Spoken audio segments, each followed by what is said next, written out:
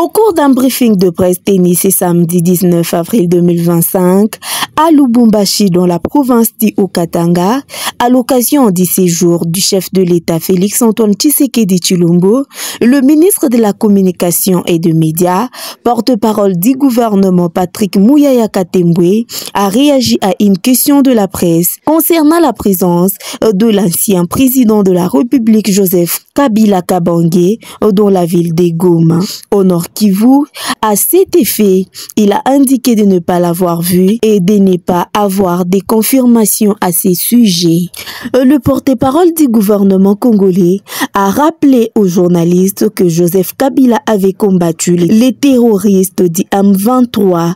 Il a souligné que les nombreux officiers supérieurs et militaires étaient tombés au front lors de cette lutte contre la supplétif du Rwanda, dont la majorité opérant depuis leur base à Goma. Ces derniers a poursuivi en indiquant parmi ces hommes, il y a les fils du Katanga que l'on appelle Laurent Désiré Kabila, qui a fait le serment de ne jamais trahir le Congo.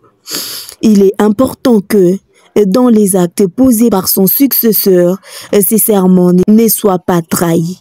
Pour Patrick Muyaya, les Congolais connaissent désormais clairement l'ennemi de la République démocratique du Congo. Aujourd'hui, nous connaissons l'ennemi et ses complices. N'oublions pas que le président Kabila lui-même a combattu le M23 alors qu'il était commandant suprême des forces armées de la République démocratique du Congo, a-t-il ajouté. Selon le ministre, cette guerre ne concerne pas uniquement le président Félix Tshisekedi. Pour ce faire, il a appelé chaque Congolais à s'impliquer activement dans les défenses du territoire national. Parce que les Congolais eux-mêmes se sont appropriés la situation. Et donc parce qu'aujourd'hui, nous voulons que la paix revienne une fois pour toutes, pour que les efforts de développement qui sont en cours, pour que nous puissions avoir plusieurs centres hospitaliers du type qu'il y a à Lubumbashi dans les autres provinces. Est-ce que ce n'est pas cela l'essentiel finalement? Et donc, nous sommes plutôt sereins derrière le président de la République avec justement la stratégie qu'on a mise en place sur tous les fronts qui nous permettent non pas seulement de terminer cette guerre pour maintenant, mais de la terminer pour toujours.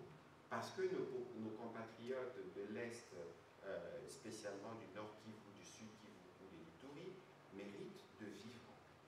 Et donc je pense que ça, c'est le message essentiel que nous devons retenir, notamment du passage du président de la République. Ici, madame, j'ai reçu des questions par message de certains journalistes, parce que hier, le président de la République a eu l'occasion de faire une réunion de conseil de sécurité pour passer en revue toute la situation sécuritaire de la province.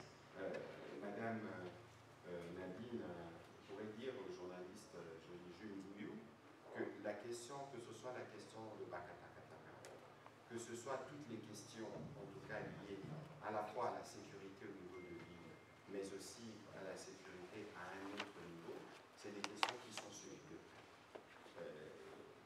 de près. Et le passage du président de la République ici pour une mission de 48 heures lui a permis de suivre davantage et de donner des instructions pour que ceux qui sont aujourd'hui responsables de la sécurité dans cette partie du pays puissent continuer le travail.